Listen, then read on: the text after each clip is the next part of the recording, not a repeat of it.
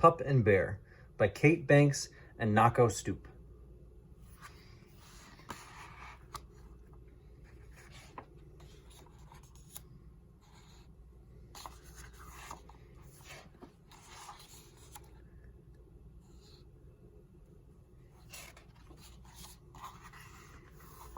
Whoosh!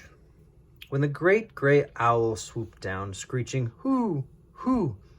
the Arctic wolves knew that the big freeze was on its way.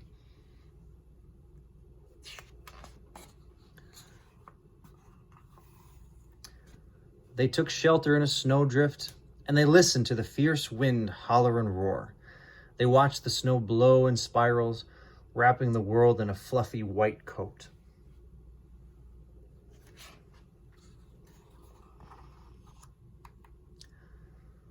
But then the wind's bitter, cold breath turned warm, and the sun appeared. The big melt came, and one lone pup found itself on a sheet of ice spinning out to sea.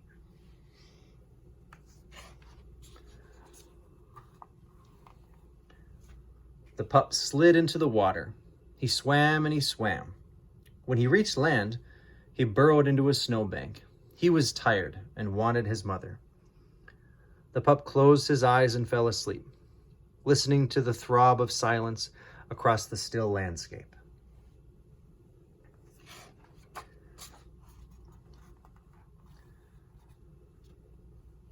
He woke to feel the cold of a nose against his fur. The smell was familiar. It was a polar bear. "You're not my mother," said the pup, flattening his ears against his head. "I am not your mother," said the polar bear, "but I can cuddle you and keep you safe." The pup was shy and frightened. "Aren't you going to eat me?" he asked. "Polar bears eat wolves." "Not this one," said the polar bear, shaking her head. "Climb on my back, and I will take you to my den."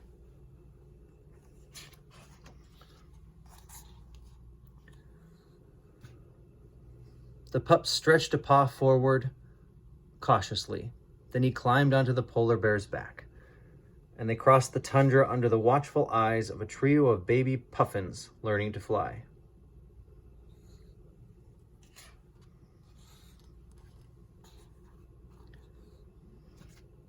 Back at the den, the polar bear licked and cleaned the pup.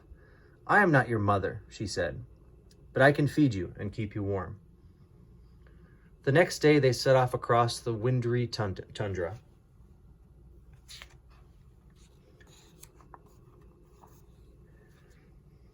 When they spotted a walrus with long, sharp tusks, the polar bear bellowed and chuffed.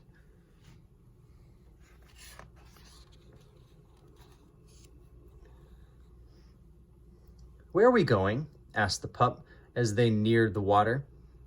"I am not your mother," said the polar bear, "but I can show you where to catch a fish." They passed a snow goose perched on a nest of eggs. They sniffed the trail of a seal as he tried to outsmart them. And they stopped at the water's edge where the fish and the lemmings came and went in the wondrous wheel of life.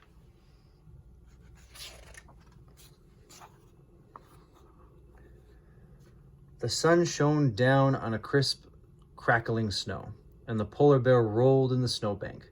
"Come on," she said to the pup. "I am not your mother, but I can play with you." But when the pup tugged too hard on the polar bear's fur, the bear began to growl. "I am not your mother," she said, "but I can scold you." Then she nuzzled the pup and tickled his tummy.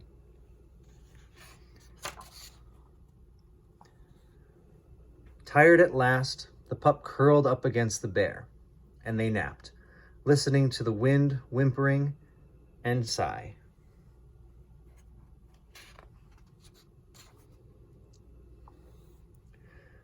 The earth turned round and round, and the big freeze came, followed by the big melt, until at last the polar bear nudged the wolf, who wasn't a pup any longer.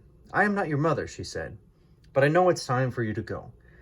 She nuzzled the wolf one last time, and the wolf nuzzled her back.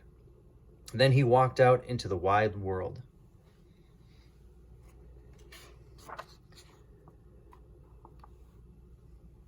The wolf howled to the midnight sun, which glowed on the horizon.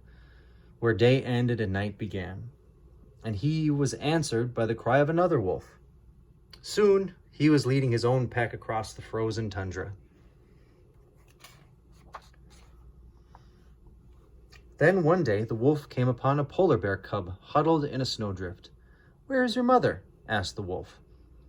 But the cub did not know. The wolf sniffed the cub and rubbed it against its fur with a wet nose.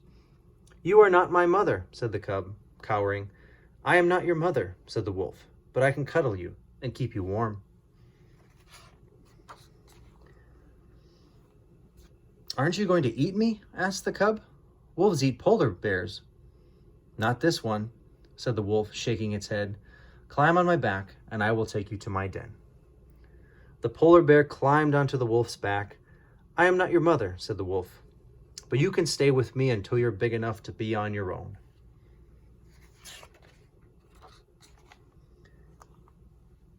And the wolf led the pack across the tundra, along the path that went round and round in a wondrous wheel of life.